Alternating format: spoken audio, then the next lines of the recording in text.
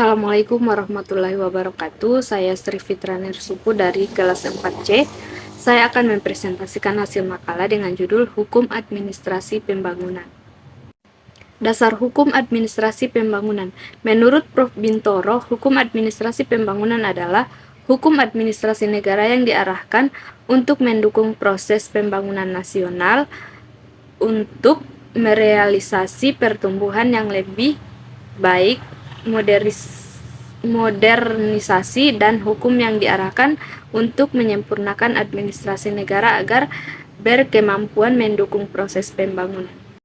Adapun menurut Prof. Sondang Siagian, hukum administrasi pembangunan adalah keseluruhan proses pelaksanaan pada serangkaian kegiatan yang bersifat pertumbuhan dan perubahan yang terencana menuju modernitas dalam berbagai aspek kehidupan bangsa dalam rangka national building.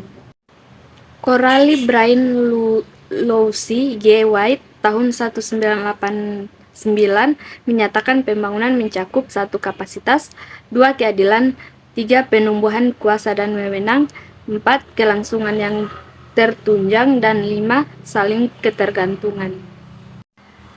Dasar hukum dalam administrasi pembangunan dapat ditemukan dalam peraturan pemerintah, peraturan daerah, keputusan presiden, dan keputusan gubernur.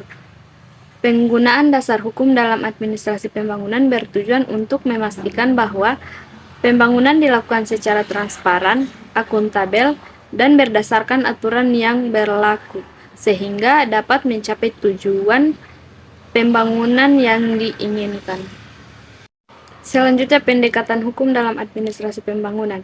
Pendekatan hukum dalam administrasi pembangunan menempatkan hukum sebagai landasan atau dasar dalam melakukan kegiatan pembangunan. Pendekatan ini memandang bahwa hukum memiliki peran yang sangat penting dalam membentuk dan mengatur berbagai kegiatan pembangunan sehingga tujuan pembangunan dapat dicapai dengan lebih efektif dan efisien. Beberapa aspek yang diperhatikan dalam pendekatan hukum dalam administrasi pembangunan antara lain: 1. Pengaturan dan pemenuhan hak asasi manusia atau HAM. 2. Pengaturan dan pemenuhan prinsip tata kelola yang baik. 3. Perlindungan lingkungan hidup. 4. Pengaturan dan pemenuhan kewajiban keuangan negara.